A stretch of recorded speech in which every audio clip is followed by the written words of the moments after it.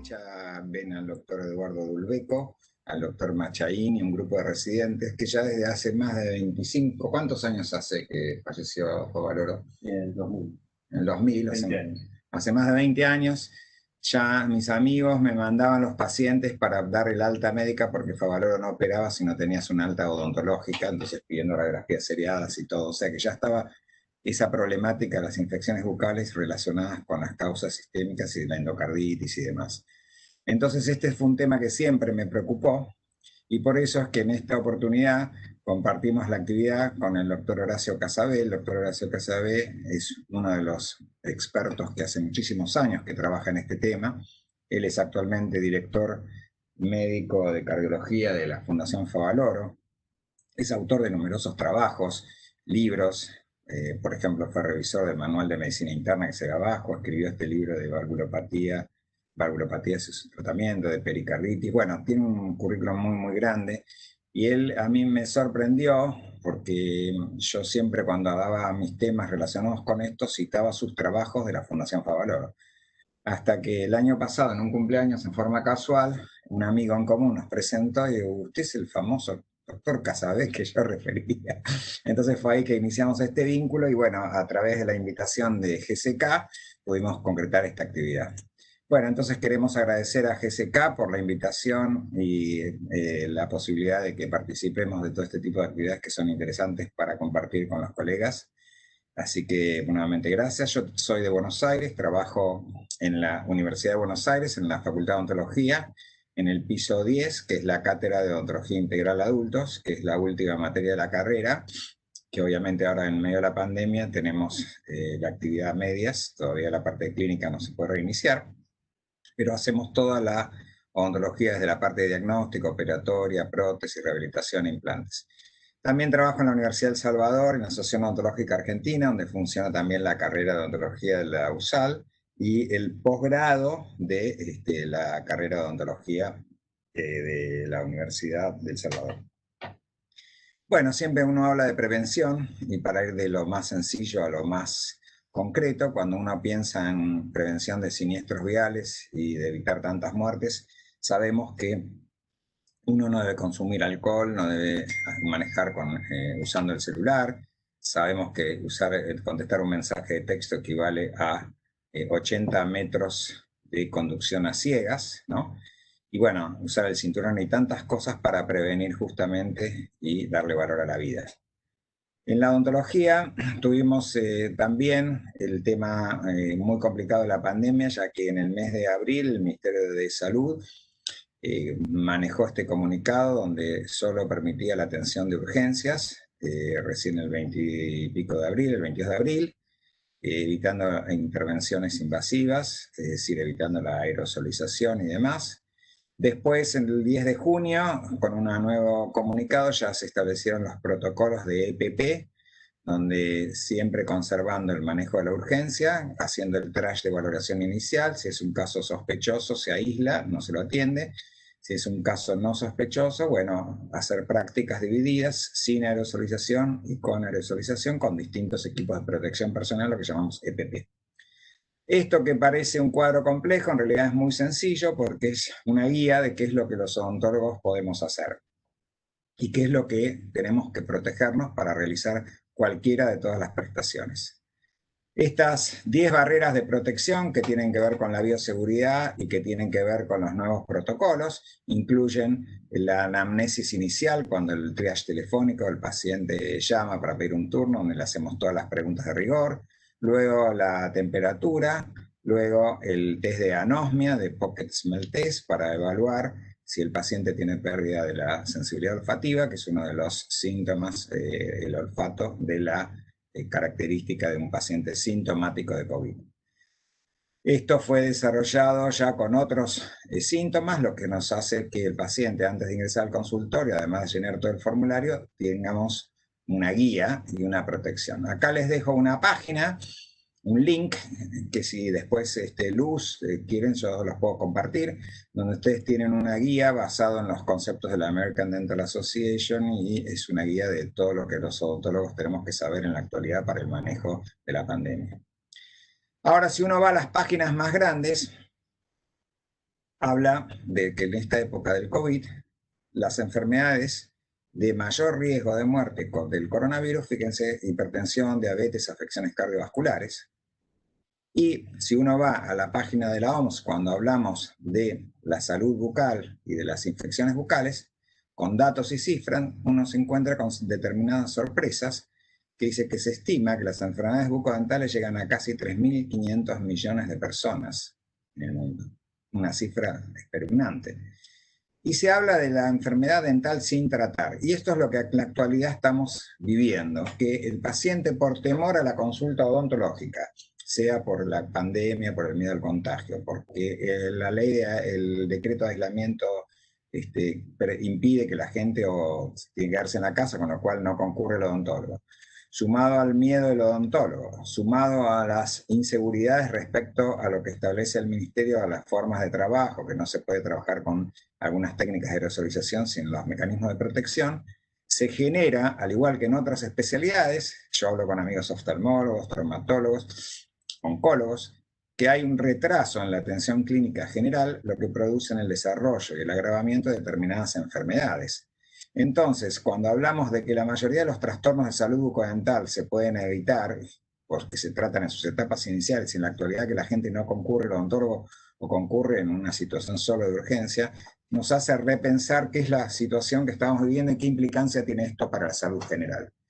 Basado en eso, si uno piensa qué es lo que en la actualidad nos complica, ¿no?, relacionados con las infecciones, y sabemos obviamente que la caries, enfermedad periodontal y las maloclusiones. Vamos a dejar las maloclusiones para una instancia en otra actividad, pero obviamente está claro que un paciente con ortodoncia no puede estar con un tratamiento abandonado, porque el tratamiento no avanza, el maxilar crece, pero en el caso de caries y enfermedades periodontales abiertas, activas, infecciosas, es para preocuparse de cómo se maneja la actualidad de la odontología. Fíjense en este mapa de la OMS respecto a la gran pandemia de caries en todos los lugares del mundo, sobre todo en las zonas de menor nivel sociocultural, y que esas caries abiertas con desmineralización producidas por placa generan, además de nichos infecciosos abiertos y activos, generan después procesos infecciosos óseos y demás, como todos conocemos. Es decir, que pensando ahora en las infecciones, y ahora sí relacionando la pandemia y el retraso de atención que estamos viviendo por las infecciones bucales, nos da para pensar hacia dónde vamos, porque las caries abiertas es un síndrome, es igual a infección bucal. Si fíjense que en Estados Unidos 51 millones de horas de escuelas perdidas por caries, 164 millones, viste que los americanos hacen estadística de todo. Esto significa que la caries dental es una infección masiva que produce no solo pérdida de salud, sino también pérdida de horas útiles y de rendimiento de la salud de la población. La OMS, fíjense, 9 de cada 10 personas tienen riesgo de tener un problema bucodental. Entre el 60 y el 90% de los chicos en edad escolar, según la OMS, tienen caries. Miren el diario El Día de la Plata, entre el 60 y el 90% de los chicos de edad escolar tienen caries, ya no es en Australia, es acá en La Plata, acá nomás. México, 90% de los mexicanos tienen caries. Y todos estos datos que parecen estadísticas, noticias, son para repensar qué nos está pasando con este famoso enemigo, que es la placa dental, donde ustedes ven a la derecha una superficie dental recién limpia, donde se ven los streptococos mutans recién adheridos, y lo que es una placa madura después de 24, 48 horas sin higiene, a la izquierda, lo que nos da para pensar si esa actividad cariogénica es solamente la destrucción del diente en caries o enfermedad periodontal o tiene algún riesgo sistémico. Esto que ustedes ven acá son papers donde hablan de la mirada actual y la problemática pandémica de la caries dental, tanto a la izquierda como a la derecha, son documentaciones, todo después, todos los trabajos, el que quiera, después les puedo pasar los links y todo, y donde habla claramente de la cantidad de bacterias, estreptococos, gram negativo, gram positivo, que están involucrados en la placa bacteriana y en las cavidades y las infecciones bucales. Luego tenemos enfermedad periodontal. La enfermedad periodontal, nuevamente, enfermedades a placas, infecciones. Sabemos que la enfermedad periodontal y la periodontitis, este es un trabajo del doctor Duque también muy interesante, que hizo un estudio epidemiológico en 2016 sobre la influencia y la permanencia en Latinoamérica, en Iberoamérica. Sabemos que es una enfermedad infecciosa, es multifactorial, que se cronifica, que es episódica los picos de infecciones activas, que es de sitios, ¿sí? Y que tiene una presentación variable que en su momento uno tiene la clasificación aguda, crónica, etcétera, etcétera. Ahora bien, las infecciones bucales y el riesgo médico es algo que no se puede postergar, que es lo que estamos viviendo en la pandemia. ¿Qué sabemos nosotros y qué saben los pacientes del riesgo médico?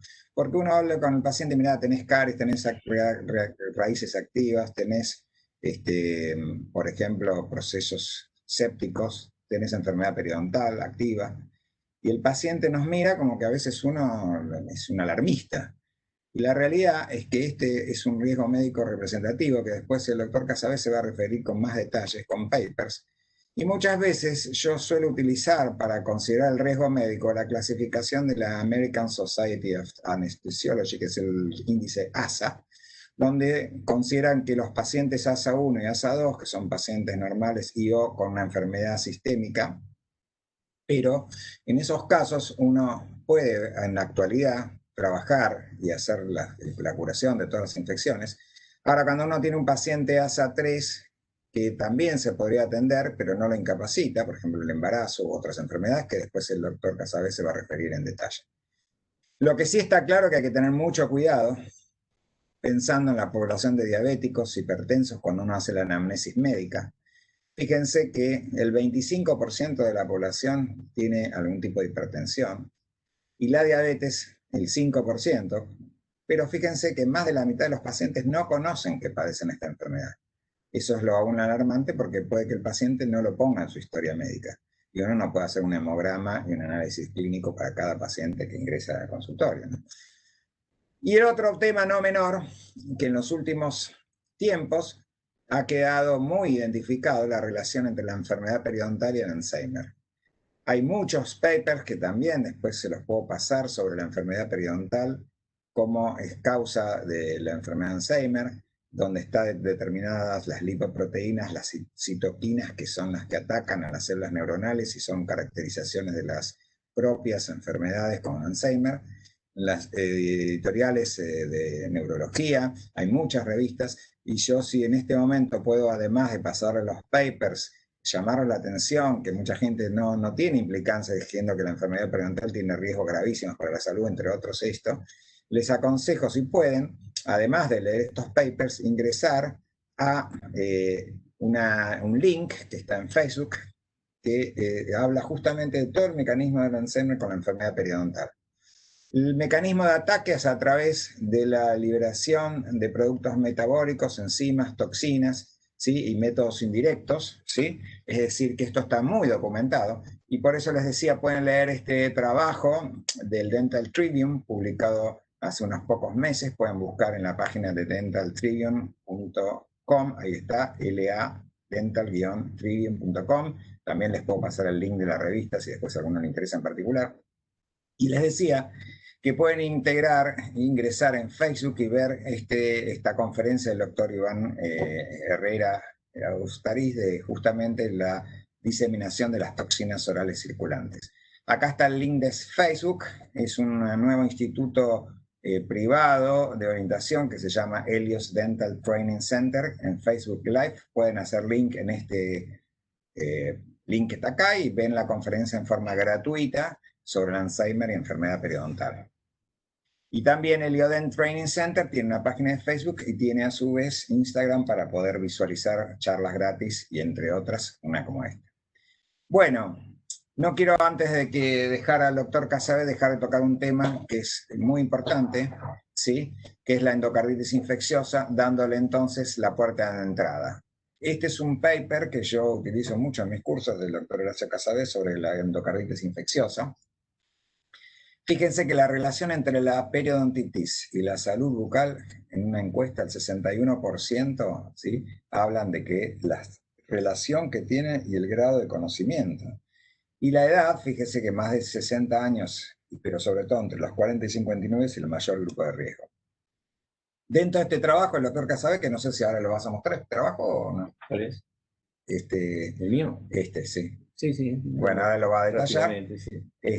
Que habla justamente que entre el 15 y el 85% de extracciones dentales o cirugía periodontal han documentado bacteremias, ¿sí?, de bajo grado, con una duración de 15 a 30 minutos. Es ahí donde uno entiende que hay que aplicar el mecanismo o el protocolo de quimioprofilaxis.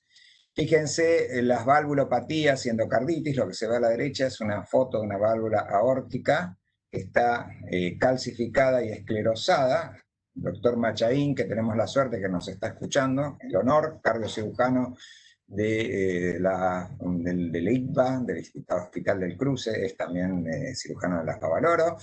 Me explicaba hoy cómo se ven, además de los ateromas, o sea, las calcificaciones y el déficit valvular. Y estas son infecciones agregadas que perfectamente pueden ser originadas por infecciones bucales. Y dentro de este trabajo, fíjense que dice que los procedimientos dentarios que impliquen manipulación de tejido gingival, dental o perioapical, perforación de la mucosa, con riesgo más alto de la endocarditis en valvulopatías. O sea, ahora el doctor Casabe se va a referir con detalle a esto, pero creo yo que la endocarditis infecciosa, ¿sí?, sumado a las infecciones extemporáneas, entre otras de origen bucal, son temas que hay que tratar, y esta pandemia que está postergando la atención odontológica aguda y la crónica también, hace que es para un tema para reflexionar. Fíjense la American Heart Association, donde habla de las guías sobre la endocarditis, ¿no?, producidas en este caso por infecciones bucales, y anda dentro de las conclusiones, habla perfectamente de la profilaxis dental y los procedimientos, ¿no?, de la importancia que tienen este tipo de procedimientos en la prevención de la endocarditis. Bueno, entonces mi parte, resumen y conclusiones. Recuerden, caries, enfermedad periodontal y maloclusiones, grandes riesgos de problemas sistémicos. En especial, caries abiertas y enfermedad periodontal activa y o procedimientos que uno pueda realizar que involucren riesgo sistémico deben ser un tema que todos tenemos que tenerlo en cuenta hoy, sobre todo en una época de tanto riesgo donde solamente se habla de la carga viral, pero no se habla, en definitiva, del riesgo sistémico, no solo del tema virus, sino también del tema infeccioso de todas las bacteremias que se están produciendo.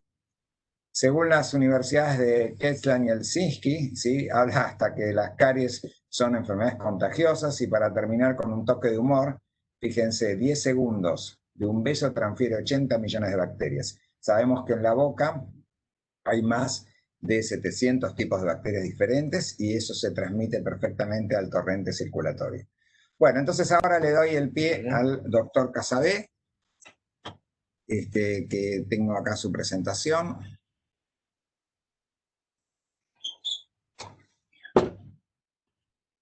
Bueno, muchas gracias, Sergio, por tu presentación y por tu excelente exposición. Quiero agradecer también al laboratorio GSK, a Estefanía, a Luz, por la posibilidad de tener contacto con todos ustedes.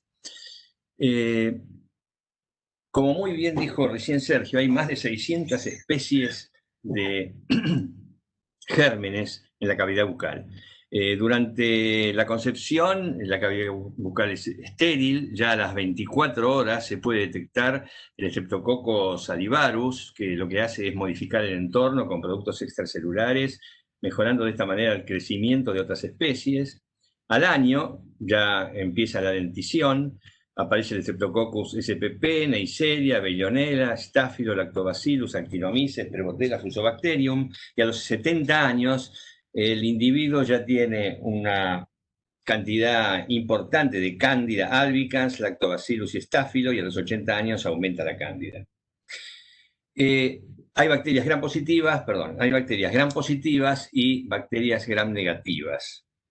Las bacterias gram positivas, el gran grupo es el del estreptococo, que son aerobios, pero también pueden ser anaerobios. 50% de la flora se cultiva en la saliva y la lengua y 30% de la flora en la zona gingival.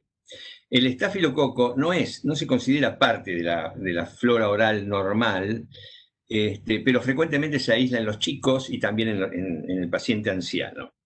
El Actinomyces está francamente presente en la placa dental, sobre todo si hay gingivitis, el lactobacillus en los pacientes con caries y el Eubacterium en la periodontitis. Vamos a ver qué gérmenes gram negativos hay. Bueno, Neisseria, Veillonella, Haemophilus, este es un productor de endocarditis, hay un grupo que se llama grupo ASEC, es Haemophilus, Actinobacillus, que está acá abajo, Eikenella, Kingella, ese es el acrónimo de ASEC. También está la Prevotella, el Fusobacterium, Spirochetas. Como ven, hay una gran cantidad de gérmenes gram negativos también. Pasemos al grupo Streptococo, que es uno de los principales generadores de endocarditis infecciosa. El grupo está formado por el mutans, por el salivarus, por el oralis, que este es el más aislado dentro de la endocarditis, el oralis, el sanguis, el mitis, y el anginosus, que da un cuadro con supuración importante. Entonces, resumiendo, en la microflora oral hay bacterias gram positivas, sobre todo los Streptococcus, que son importantes en caries, en infecciones orales purulentas y en endocarditis. Hay bacterias gram negativas. La Candida albicans está como el hongo más importante en pacientes inmunodeprimidos, aquellos que tienen prótesis y que reciben antibióticos en forma prolongada. Hay también espiroquetas, protozoos y micoplasmas que son difíciles de cultivar. Y como ya les dije, hay más de 600 especies y hay muchas de ellas que una gran proporción, casi el 50%, no se pueden cultivar y se pueden conocer mediante técnicas de biología molecular. Todas estas bacterias solares tienen factores de adherencia, tienen funciones antileucocitarias para su defensa, factores de evasión inmune, degradación de inmunoglobulinas, degradación del complemento, tiene factores citotóxicos directos, hemolicinas, toxinas de células epiteliales, y tiene enzimas de destrucción tisular, la colagenasa, es decir, son todas las propiedades por las cuales las diferentes bacterias producen su patología. Siempre se relacionaron las enfermedades periodontales con una serie de condiciones con implicaciones sistémicas. Y a su vez hay enfermedades sistémicas que tienen un impacto en la salud bucal, como ya vamos a ver. Hay una clara relación entre higiene oral y diferentes desórdenes sistémicos. Yo estoy hablando básicamente de desórdenes que tienen que ver con el aparato cardiovascular. Muy bien, se refirió recién a la enfermedad de Alzheimer, que ese yo no lo voy a tocar. El síndrome metabólico, la diabetes, la endocarditis infecciosa y la fisiopatogenia más aceptada, ya les voy diciendo de antemano, en la actualidad es que esta asociación se efectúa a través de la inflamación. Ustedes saben que ya hace muchos años hay una teoría de la arteriosclerosis que está basada en la inflamación, y la inflamación es el link fisiopatogénico más importante para todas estas patologías. Síndrome metabólico. ¿Qué se entiende por síndrome metabólico? Bueno, dos o más de los siguientes elementos: resistencia a la insulina, disminución del HDL, del colesterol bueno, el que remueve el colesterol del endotelio, la hipertensión arterial, obesidad e hipertrigliceridemias. Un reciente metaanálisis de Nivalis, si quieren, como dijo Sergio, yo le puedo pasar toda la bibliografía, reveló una clara asociación entre este síndrome y la periodontitis. En un estudio del Third National Health and Nutrition Examination Survey, el NANES-3, con 13.170 individuos, observó una relación directa entre periodontitis y síndrome metabólico en individuos mayores de 45 años. Asimismo, perdón, no sé por qué no sale completo esto. Morita y colaboradores en 1023 pacientes, pero igual me acuerdo bien el trabajo, con ausencia de algún elemento del síndrome metabólico y seguidos durante 5 años, vieron que en algún momento los pacientes con periodontitis desarrollaban alguno de los elementos del síndrome metabólico. Obesidad. Estudios recientes sugieren que la obesidad podría estar asociada a enfermedades bucales, principalmente periodontitis, y que pueden llevar a la diabetes y a enfermedades cardiovasculares. La relación entre diabetes y periodontitis está extensamente desarrollada en la literatura y es un ejemplo de cómo esta a su vez puede exacerbar también la enfermedad sistémica. Es decir, la diabetes mellitus, a través de un aumento de los productos de glicolización avanzada, los AGE, que digamos, son los elementos de glicolización que producen efecto patogénico, produce inflamación, citoquinas, interleuquinas, el factor alfa de necrosis tumoral, destrucción periodontal y periodontitis. A su vez, la enfermedad periodontal produce liberación de mediadores inflamatorios, fundamentalmente el necrosis alfa, el tumoral. Esto produce acción sobre los receptores de insulina con aumento de la resistencia a la insulina. Es decir, por un lado, la diabetes produce enfermedad periodontal y por otro lado, la enfermedad periodontal, mediante un mecanismo vicioso, actúa sobre los receptores de insulina, aumenta la resistencia a la insulina y aumenta la diabetes. De hecho, un estudio analizó la relación entre severidad de enfermedad periodontal y nivel de glucemia, y aquellos que tenían mayor enfermedad periodontal eran los que tenían peor control glucémico. Los indios Pima son unos indios que viven en reservas en Arizona, en la frontera con México. Son, digamos, un grupo experimental de diabetes, y si tienen una proporción de diabetes impresionante que tiene que ver con la genética, tiene que ver además con la pobreza que tienen, con el tipo de dieta, con el sedentarismo. Saremi siguió una cohorte de 628 indios Pimas en Arizona con una mediana de seguimiento de 11 años, y vieron que aquellos que tenían una enfermedad de periodontitis muy severa tenían un riesgo también muy grande de enfermedad cario-renal. En otro estudio también siguieron 529 adultos del río Gila, que también son como el grupo Pima, y encontraron que la enfermedad cardiorrenal era muchísimo más grave en los pacientes con periodontitis severa. Acá podemos ver la mortalidad por 1000 personas por año ajustada por sexo en pacientes diabéticos que no tenían enfermedad periodontal, en los que tenían enfermedad periodontal moderada y en los que tenían severa enfermedad periodontal. Acá se ve claramente la relación de enfermedad periodontal, diabetes y mortalidad. Por eso, una de las maneras de prevenir la Sociedad de Diabetes Americana es trabajar juntos para manejar la diabetes, y es una guía para farmacéuticos, podólogos, especialistas en ojos y profesionales de la dentadura. Perdón que te interrumpa, Horacio. Sí. No, porque acabas de dar 3 o 4 puntos que son alarmantes para los odontólogos. Por ejemplo, vos estás diciendo que la enfermedad periodontal, la diabetes favorece la enfermedad periodontal en forma directa. Sí. Sí, así es. Así es. Y me estás diciendo que en pacientes diabéticos con enfermedad periodontal tienen más riesgo de muerte que pacientes que... Sí, eso lo dio claramente el estudio Pima. Por eso, la higiene bucal diaria y la detección temprana de las enfermedades de las encías es un punto esencial en el cuidado del diabético. Y eso los diabetólogos lo saben muy bien. Así que el diabético tiene que tener muy, muy metido en la cabeza que tiene que tener la boca muy, muy bien.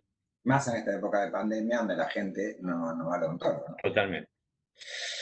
Bueno, la periodontitis es un riesgo de factor para la arteriosclerosis. Este es un muy buen artículo de review que salió hace no muy poco, y lo más estudiado desde el punto de vista epidemiológico entre arteriosclerosis y periodontitis es la enfermedad coronaria y el accidente cerebrovascular. Con respecto a la enfermedad coronaria, hay bastantes evidencias epidemiológicas. En 1980, el grupo de Simonke y colaboradores encontraron que pacientes con infarto tenían mayor prevalencia de enfermedad periodontal que los que no tenían enfermedad periodontal. Existen estudios que demostraron una relación directa de aumento de la íntima de media carotidia, que es un elemento subrogante muy precoz de arteriosclerosis. La periodontitis puede considerarse una enfermedad inflamatoria crónica con aumento de marcadores característicos, PCR, fibrinógeno, interleuquina 6, que producen la disfunción endotelial, que como ustedes saben, la disfunción endotelial con el óxido nítrico y la vasoconstricción predisponen a la arteriosclerosis generalizada. Y en placas de ateroma se aislaron e identificaron patógenos con Streptococcus mutans. De todas maneras, la relación entre periodontitis y enfermedad cardiovascular está bien documentada, como ya se los mostré desde el punto de vista epidemiológico, pero la comprobación de que sea un factor independiente es bastante difícil de establecer porque hay muchos elementos en juego. Accidente cerebrovascular. Esto es muy interesante. En el estudio ARIC, que es el riesgo de aterosclerosis en la comunidad, que evaluaron a los pacientes que tenían enfermedad periodontal que presentaron accidentes vasculares cerebrales. Y vieron que la enfermedad periodontal se asoció con accidente vascular cerebral cardioembólico y trombótico con muy buen intervalo de confianza. El cuidado dental frecuente, además, ellos publican que se asoció a menor incidencia ajustada de accidente vascular cerebral. Es decir, que hay también una relación directa entre periodontitis y accidente cerebrovascular. Esto fue publicado en una revista muy importante que es Stroke, y ven ahí en las conclusiones que ellos en el 2018 confirman una asociación independiente entre enfermedad periodontal y riesgo de stroke o accidente vascular cerebral, particularmente de origen cardioembólico y trombótico. Más aún, reportamos que la utilización regular de la limpieza dental puede bajar el riesgo de stroke. Esto es muy importante y muy poca gente lo sabe. Increíble, ¿no? Sí, sí. Aparte está publicado en una revista como Stroke, que tiene que pasar un peer review muy importante, digamos que es una evidencia muy fuerte. Bueno, endocarditis infecciosa, acá me siento muy fuerte yo, porque digamos, es un tema que desde que era residente me gustaba. Ustedes saben que la endocarditis por suerte no es muy frecuente, hay 10 a 3 pacientes por 100.000 habitantes en la mayor parte del mundo, afecta principalmente las válvulas cardíacas, requiere dosis elevadas de antibióticos, el 40-50% requieren cirugía valvular y tiene un mal pronóstico. Aún en la actualidad, la mortalidad hospitalaria está en 15, 20, 25% y aumenta durante el año el 30%.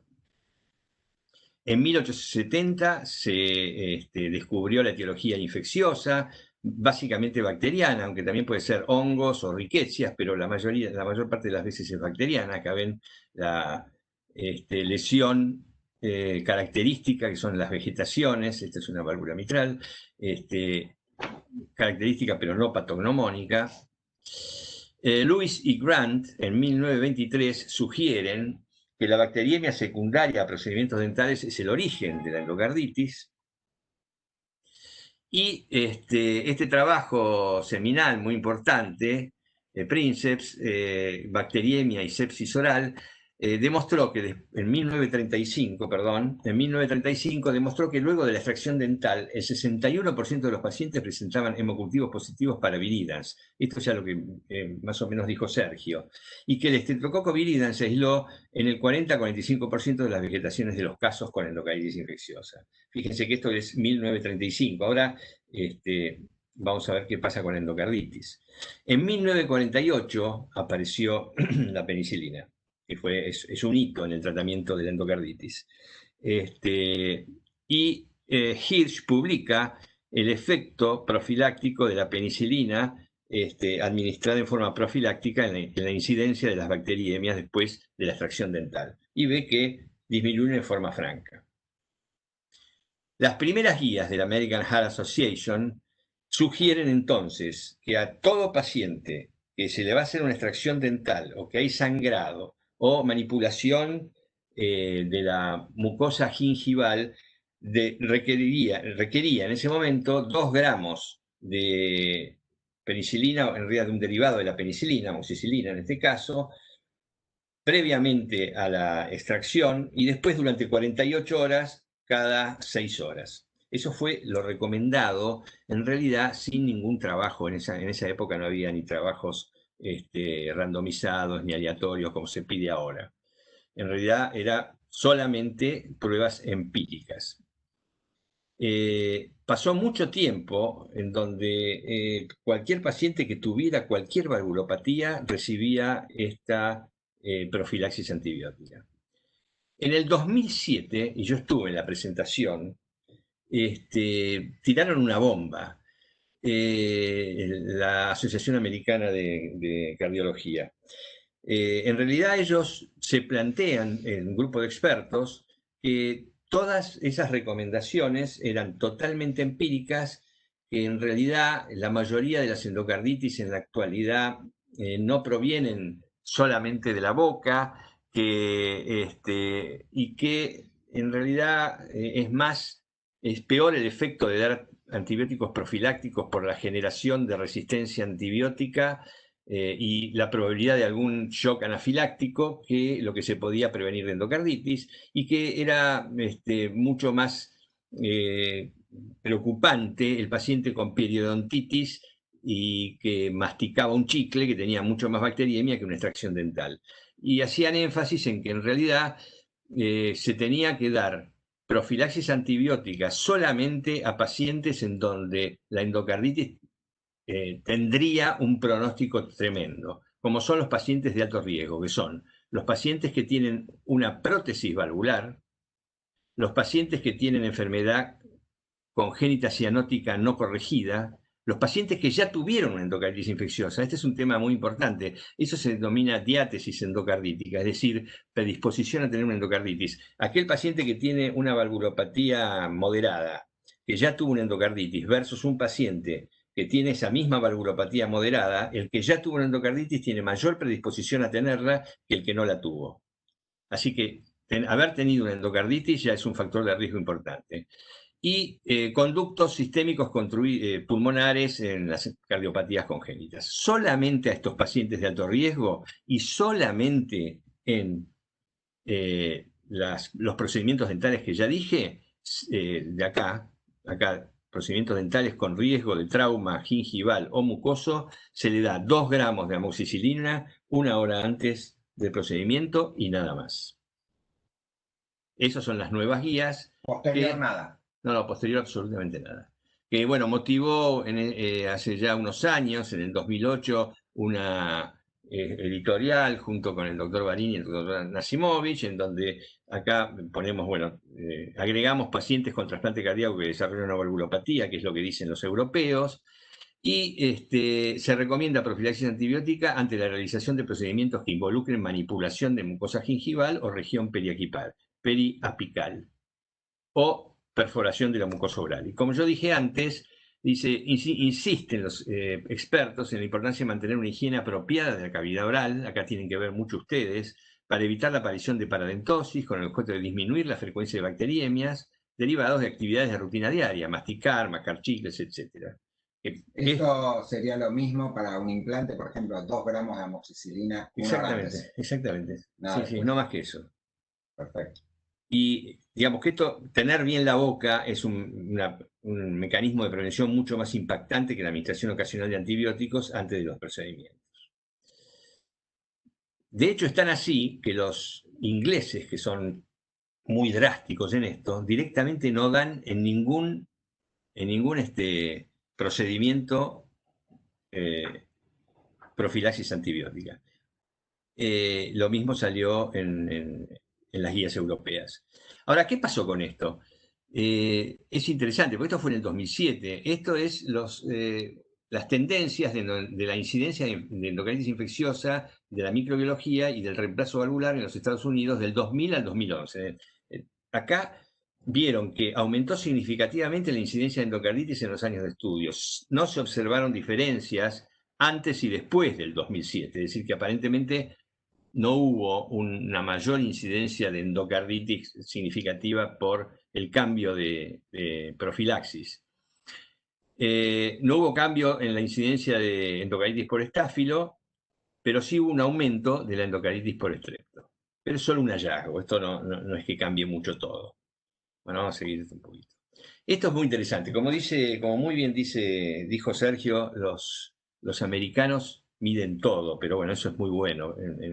Tienen cifras, tienen estadísticas que son muy, muy interesantes. Esto es, ellos quisieron ver cuál fue el efecto de estas guías nuevas en la práctica de la profilaxis dental para prevenir endocarditis en Minnesota, acá en la Clínica Mayo, donde está el Olmsted County, Minnesota. Entonces, ¿qué fue lo que hicieron ellos?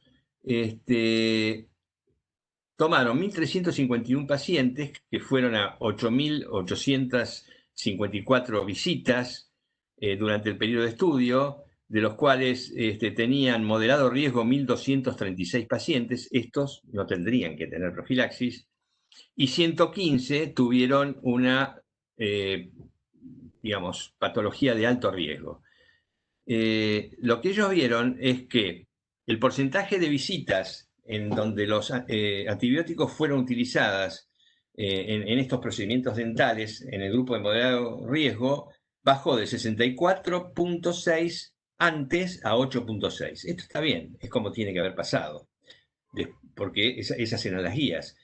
Pero para el grupo de alto riesgo también bajó de 96.9 a 81.3. Esto está mal. En realidad se extrapoló algo que está mal para las guías que tenemos actualmente.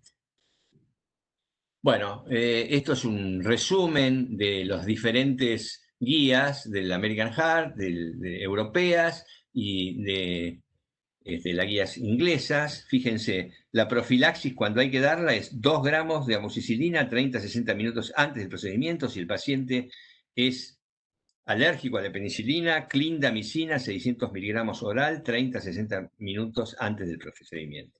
¿Qué pasa con nosotros? Bueno, yo dirigí el consenso de endocarditis infecciosa, esto fue en el 2016, y quiero aclararles algo que más o menos lo mostró Sergio, que es un trabajo que yo había puesto sobre cómo cambió la endocarditis en la actualidad.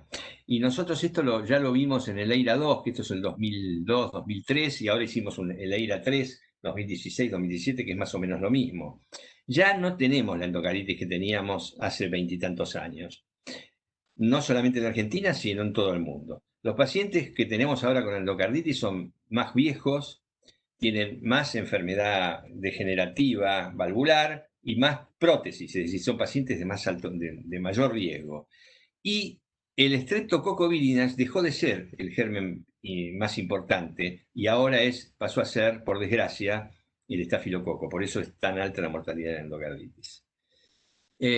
Nosotros pusimos para más o menos enfatizar nuevamente, ante la falta de evidencia en relación con la eficacia de antibióticos para prevenir la endocarditis, se debe destacar que si bien las instrumentaciones odontológicas son fuentes posibles de bacteriemia transitoria, también lo son diversas actividades cotidianas, ya los dije, masticar, lavarse los dientes, utilizar hilo dental, mondadientes, marcar chicles, sobre todo en los que tienen patología periodontal.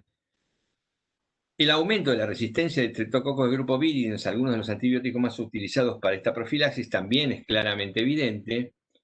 Hay modificaciones en el mundo, lo que ya dije antes, aumento de la incidencia del estáfilo. La fracción prevenible estimada de endocarditis es inferior al riesgo de anafilaxia secundaria a la administración de beta-lactámicos, y la utilización indiscriminada de antibióticos conduce a un incremento en las resistencias antimicrobianas, lo que constituye un problema de salud emergente. Acá ponemos cuáles son las patologías, que ya las dije, cuáles son los regímenes, y ponemos que se recomienda fuertemente poner énfasis en mejorar y mantener la salud bucodental de los pacientes, que es mucho más importante que el antibiótico profiláctico. Bueno, hasta aquí llegué. Vamos a repasar rápidamente cuáles son las conclusiones. Los cambios con respecto a la endocarditis, los cambios en la profilaxis de endocarditis están basadas en la ausencia de evidencias concretas, implican una adaptación por parte del médico, del odontólogo y del paciente, porque claro, un montón de pacientes venían y me decían, pero como antes recibía y ahora no, hay que empezar a explicarles lo mismo ustedes como odontólogos. Y tengan en cuenta que son solamente guía de expertos. Es mucho más importante la educación del paciente, que tiene que tener conciencia de ir al dentista y tener una muy buena higiene bucal, que aquel paciente que tiene una prótesis y tiene fiebre, que no tome antibióticos, sino que antes le haga los hemocultivos, eso lo tiene que tener bien claro. Y existen evidencias recientes que muestran que la aplicación de las nuevas recomendaciones aumentó algo en la incidencia de viridas, pero eso no cambia nada. Sería necesario estudios clínicos randomizados a gran escala, que nadie está interesado en hacer y que por otro lado serían carísimos y muy difíciles que se lleguen a hacer, y registros y estudios epidemiológicos permanentes, que eso sí es lo que se hace actualmente, para detectar los cambios en la enfermedad. Bueno, Pasando a otras cosas, hay infecciones respiratorias que muchos de los agentes infecciosos que causan las enfermedades respiratorias se encuentran en pacientes con padecimientos periodontales, es decir, que la higiene de la boca es importante para pacientes que puedan llegar a tener neumonía, bronquitis crónica, obstrucción o EPOC. La neumonía bacteriana está muchas veces provocada por bacterias de la flora oral, que la fuente puede ser la placa dental y especialmente la periodontitis. También está descrito la enfermedad periodontal y el bajo peso al nacer. Las mujeres con enfermedad periodontal tienen chicos más prematuros y de bajo peso. Calculan que el 18% de los 250.000 bebés prematuros y de bajo peso que nacen en Estados Unidos cada año pueden nacer de forma prematura debido a padecimientos infecciosos bucales.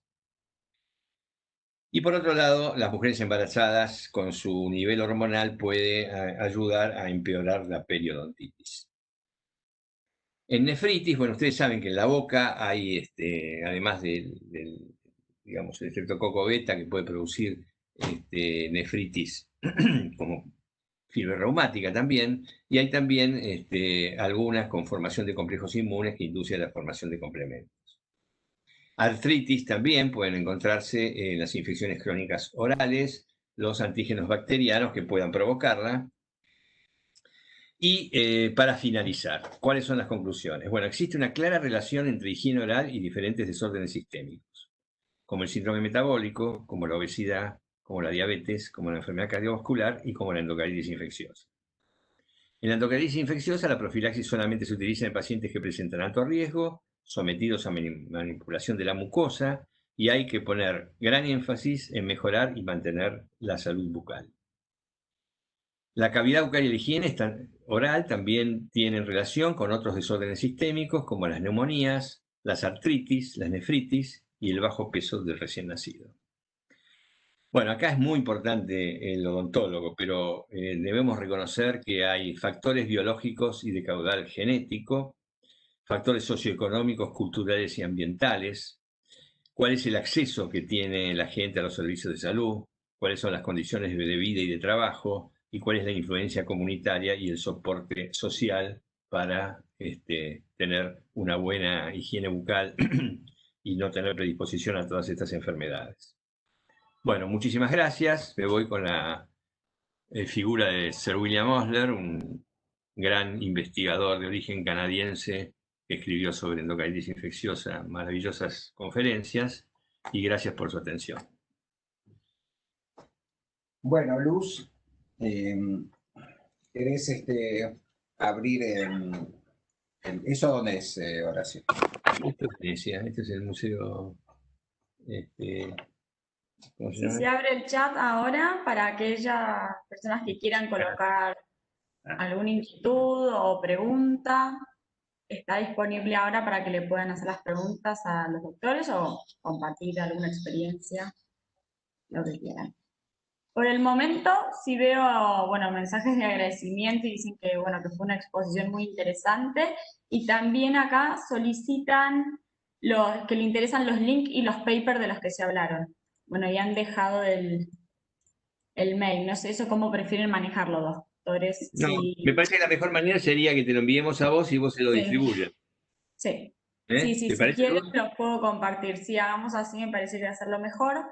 Así que a quienes estén interesados, les comparto el link. Sí, por ejemplo, ya mismo puedo pasarles el tema de link para que ingresen a la conferencia de Alzheimer y enfermedad periodontal, que está acá, ¿no? Puedo copiar de acá.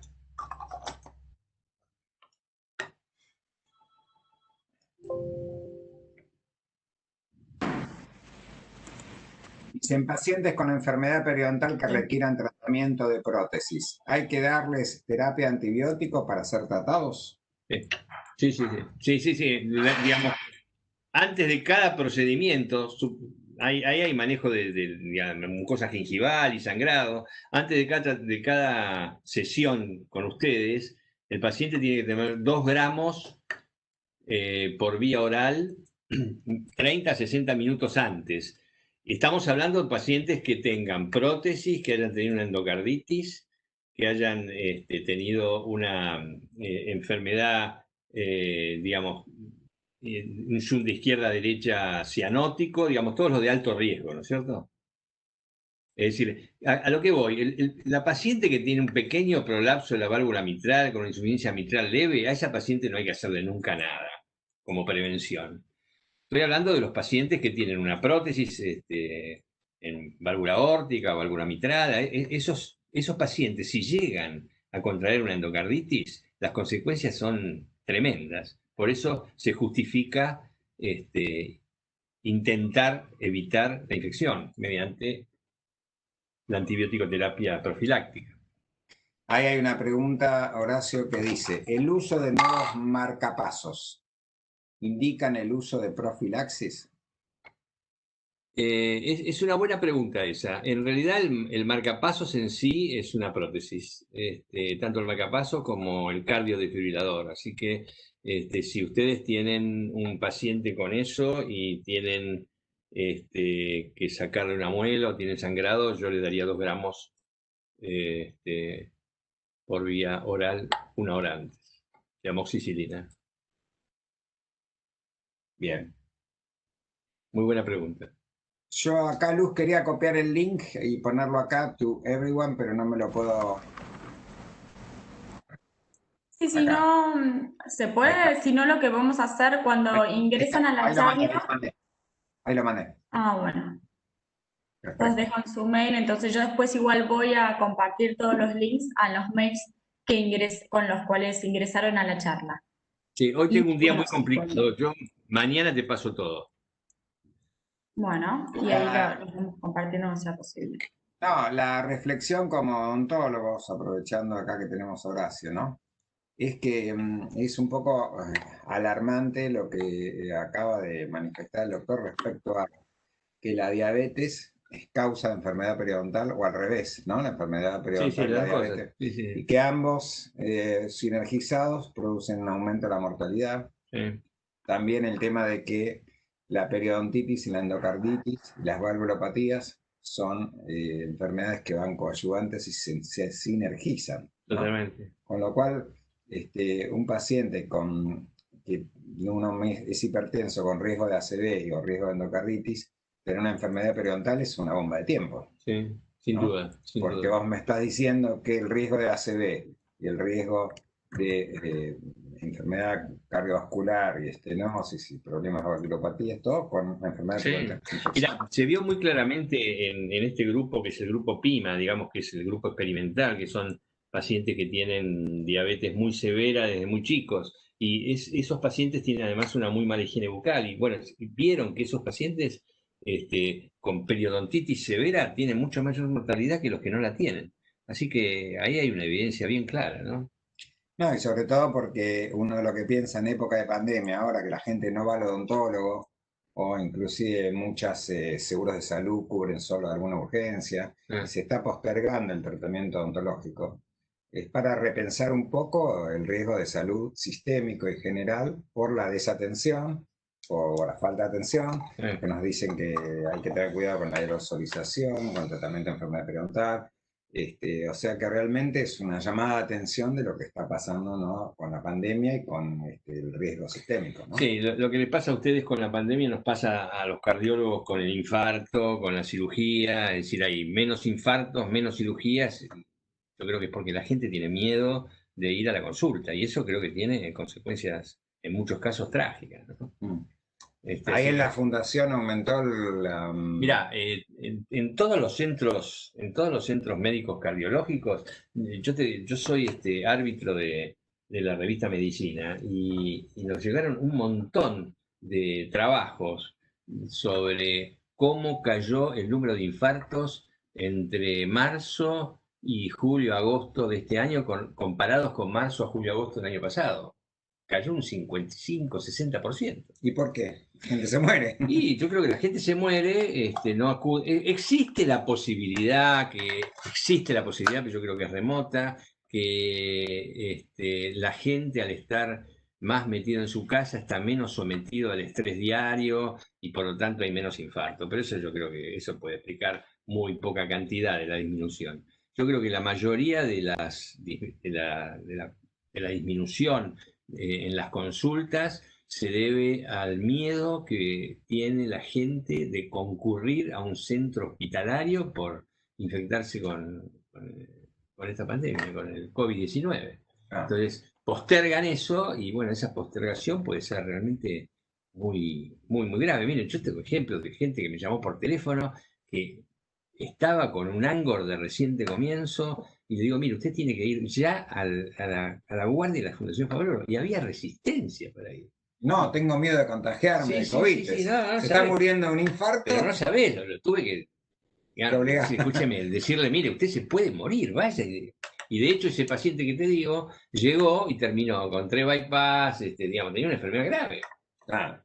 Acá preguntan si creemos que la enfermedad periodontal tiene alguna relación con el coronavirus. Yo la verdad que en eso, yo de enfermedad periodontal no sé demasiado. Me parece que Sergio puede explicar. Bueno, no, lo que sí está claro es que sabemos que hay 100.000 bacterias por milímetro cúbico de saliva y hay más de 700 tipos de bacterias. Quiere decir que ante la enfermedad periodontal, que aumenta la diversidad de flora y aumenta el proceso infeccioso, la permeabilidad de la posibilidad de contagiarse de algún paciente con carga viral podría llegar a aumentar. Ahora, yo no vi documentación que pueda confirmar esto, que la enfermedad periodontal y el COVID están aumentando. Por eso, por lo menos no todavía, porque no hay documentación suficiente al ser todo tan nuevo. Ahora, la mayoría de los papers están tratando de buscar la vacuna y de salvar la pandemia, más que preocuparse si la enfermedad periodontal. Pero bueno, es un buen punto para el futuro, ¿no? Es interesante. Bueno, no sé, Luz, si tenés alguna otra pregunta en el otro chat. No, no veo más preguntas. La última. No se te escucha. Se te cortó, Luz.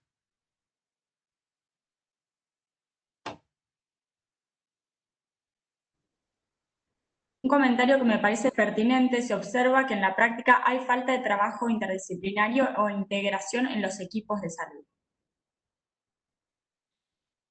Bueno, sí.